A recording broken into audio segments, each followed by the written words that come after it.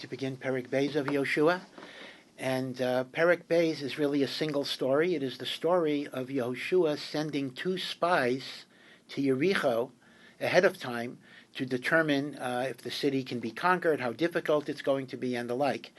Now, this immediately raises a very, very interesting question. Before I even read the psukim, I just need to talk about this in a general way. 40 years earlier, Moshe Rabbeinu sent 12 spies to check out Eretz Canaan. One of those spies was none other than Yehoshua ben Nun himself. 10 of the spies, except for Yehoshua and Kalev, came back with a devastating report that the Canaanites were too strong, we're not going to be able to conquer them. And they came back on the 8th of Av, and that night, the night of Tisha B'Av, everyone cried, and they said that we're not going to get the land, we're going to fail. And HaKadosh Baruch Hu said, Atem b'chisam b'chia sholchinam, you are crying for no reason. This day of Tisha B'Av shall be b'chia l'dorot, shall be a b'chia, crying for all of the future generations. And that is why Tisha B'Av later became the day of the Chorban, Bayis Rishon, Bayis Sheni. But in addition, the whole generation of the desert, at least the men, the women, Chazal say, did not complain, died out in the desert. If you were 20 years old, you died out in the desert over 40 years. The Shiluach HaMeraglim was a catastrophe. It resulted in a whole generation being wiped out. Yehoshua knew firsthand what a catastrophe it was. And yet, 40 years later, Yehoshua is doing the same thing. So from here we learn out, the Ramban says in Parshas Shalach, that Shiluach Meraglim, sending spies, is not a chisaron in emunah. Even if you believe in Hashem and you believe Hashem will give you nitzachon, you got to check out the strong parts, the weak points, which is the way I should attack, etc. So there was nothing wrong in Shiluach HaMeraglim, both in the time of Moshe and the time now. The only problem is you got to be sure that the Meraglim that you send have emunah bitachon, and they're not going to give a message of despair. So there's nothing wrong with sending Meraglim, and in fact that's correct. You just got to be sure who you choose. So Yehoshua was very careful who the 2 Meraglim, he didn't send 12, he only sent 2. Who were the 2 Meraglim? And in Perek Beis we're not given their names. But Chazal tell us in the Torah Shebal Peh that one of them was Kalev, Yehoshua's colleague. Kalev is an old man now. Kalev is over 80 years old. And the other is Pinchas, who eventually became the Kohen Gadol after Elazar, the son of Aaron, died. So Yehoshua picked 2 tzaddikim. He knew they would come back with a message that would be a chizuk and not a message of despair and desperation. So the pasuk says, "Vayishlach Yehoshua ben Nun min hashitim." Shitim is where they're camping in the plains of Moab. Shnaim anashim, 2 people, Yehoshua and Kalev, miraglim, to be spies, cheresh, and a secret mission, lemor, lechu re'u es ha'aretz v'es Yericho, go check out Eretz Yisrael and Yericho, vayelchu v'yavo beis isha zona. And Pinchas and Kalev sought refuge in the house of a woman that is a zona. I'll come back to that translation in a moment. And her name was Rachav, vayishkevu shama, and they sought lodging in Rachav's house. Now the word zona is a very, very interesting word. Zona throughout Tanakh normally means prostitutes. Rashi, however, based on the Targum, translates zona not as a prostitute, but as an innkeeper that is mocheret mizonot, that she sells food. But despite the fact that the Targum and Rashi do not take this to mean a prostitute, Chazal actually say it is a prostitute. Chazal talk about the fact that Rachav was very meforsemet as a prostitute.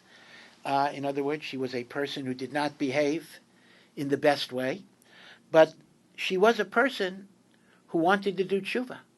She had heard of the miracles of Yetziat Mitzrayim, and now she wants to help the Jewish people.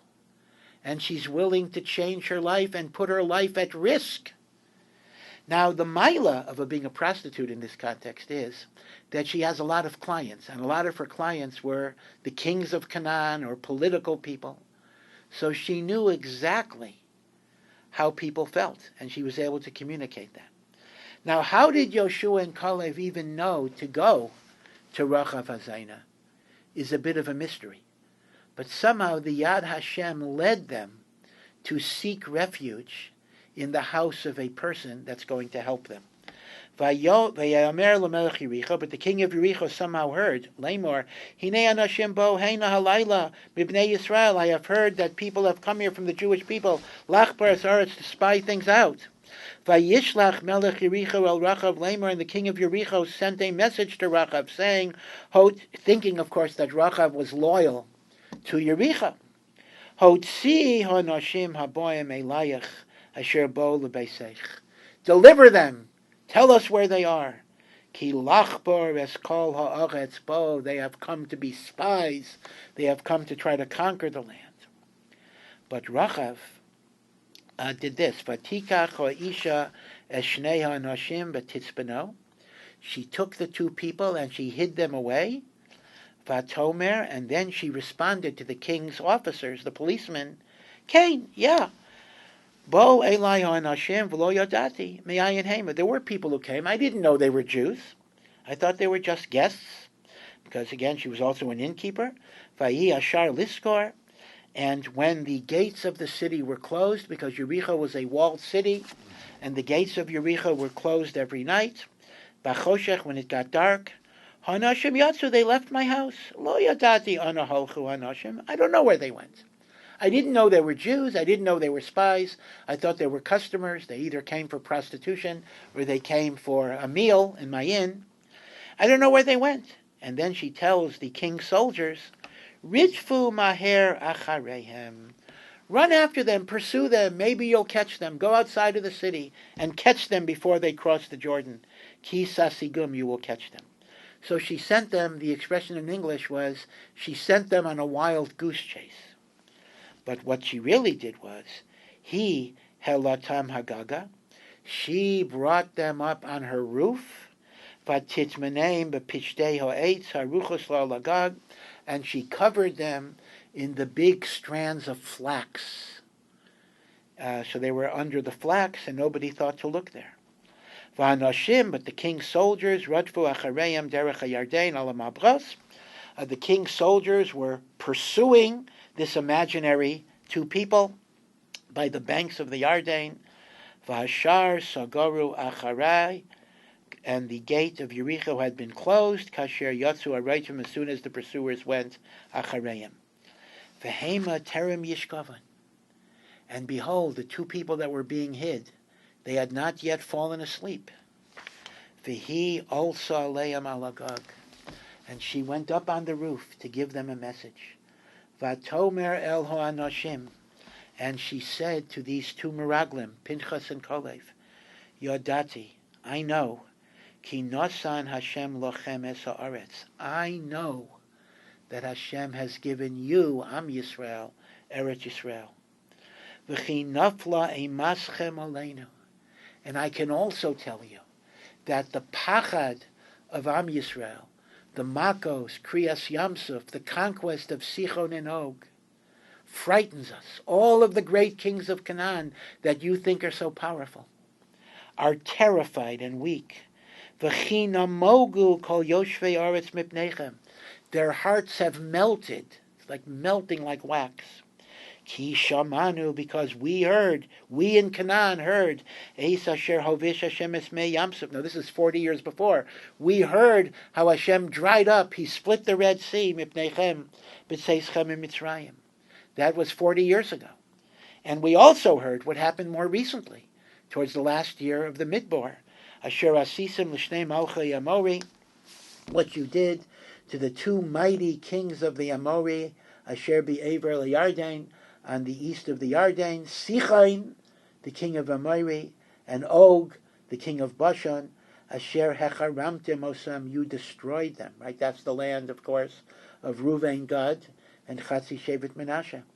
Vanishma, and when we hear this, Vayimas levavenu, our heart is melting.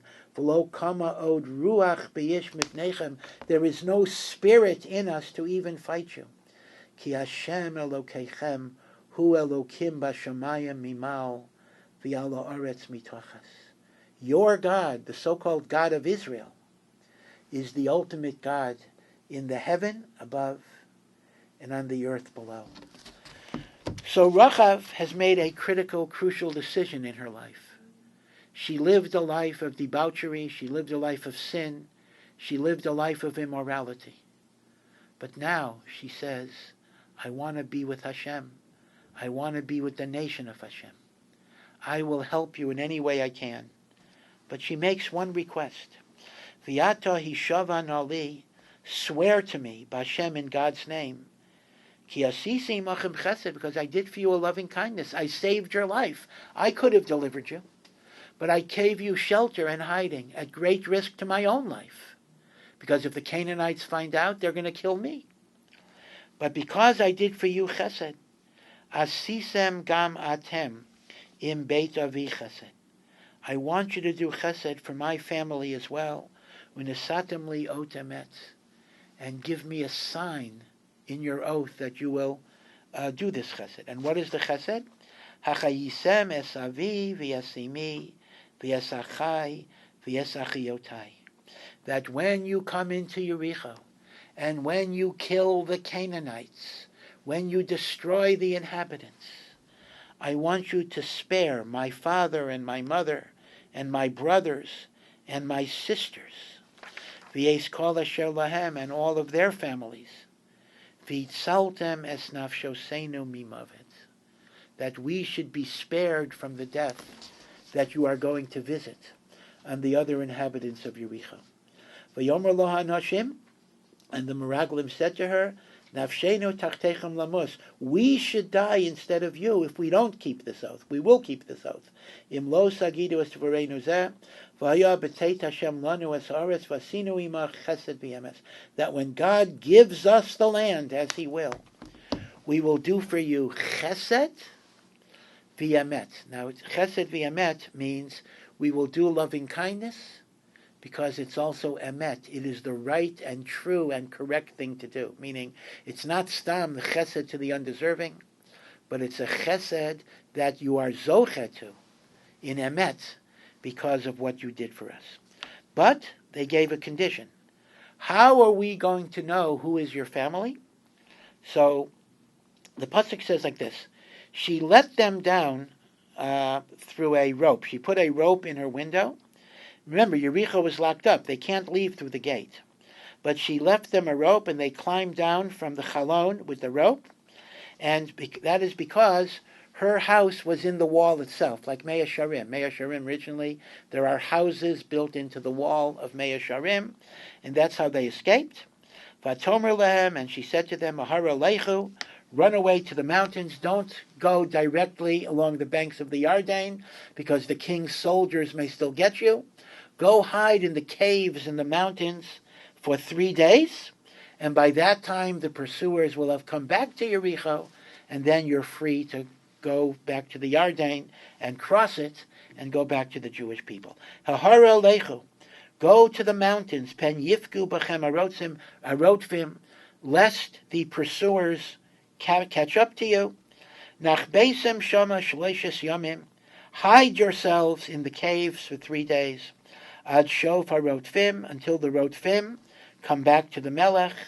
V'yachar, and after 3 days, tashuv l'darkachem, you can come back to your way, go back to Am Yisrael by crossing the Yarden.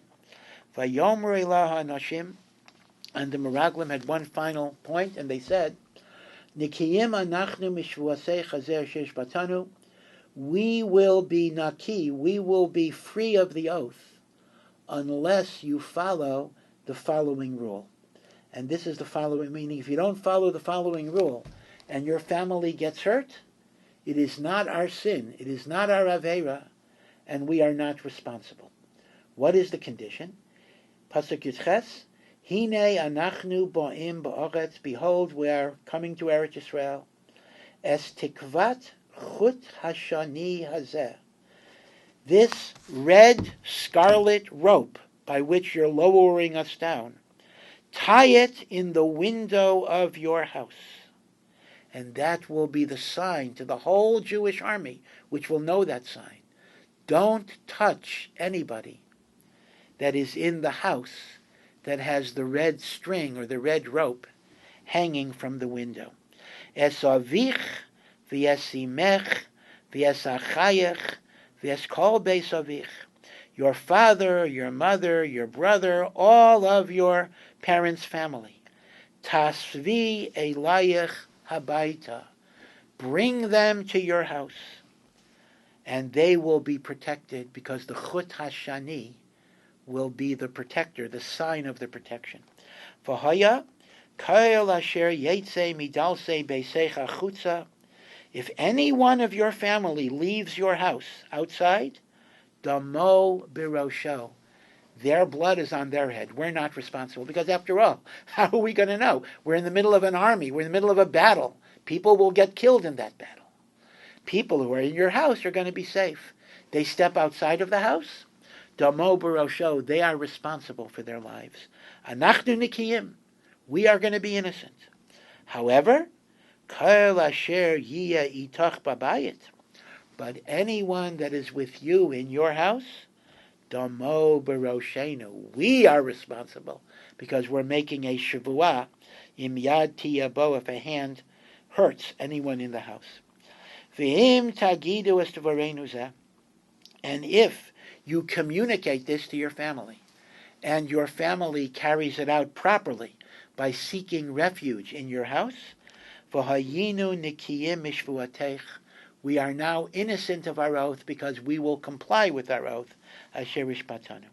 Vatomer, and Rachav said, Ki divrechem keinu, I will do exactly as you said. Vateshalchem, and she sent them out. Vayelchu, and they left. Vatikshor es tikvat hashani b'chalon.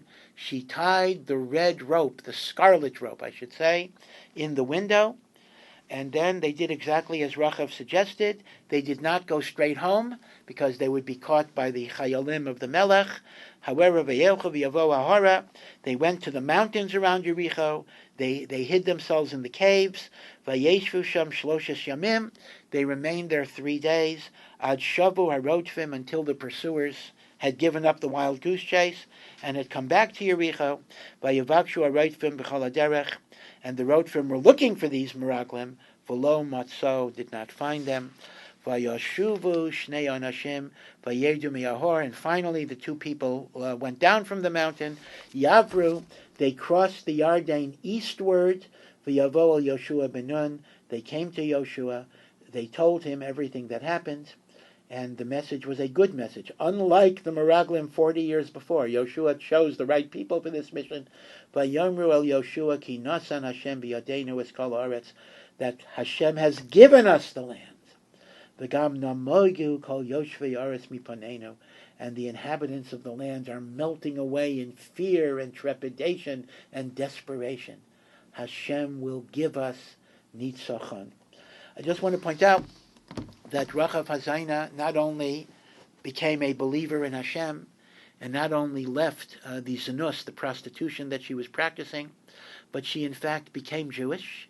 She became a Gioris, and she was so righteous that she actually became the wife of Yehoshua ben Nun.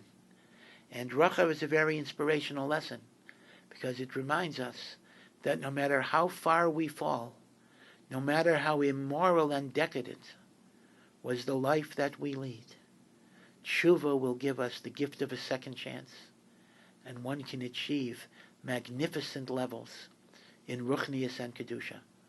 Rachav is in fact one of the great inspirational stories of Tshuva in our Tanakh. Shalom.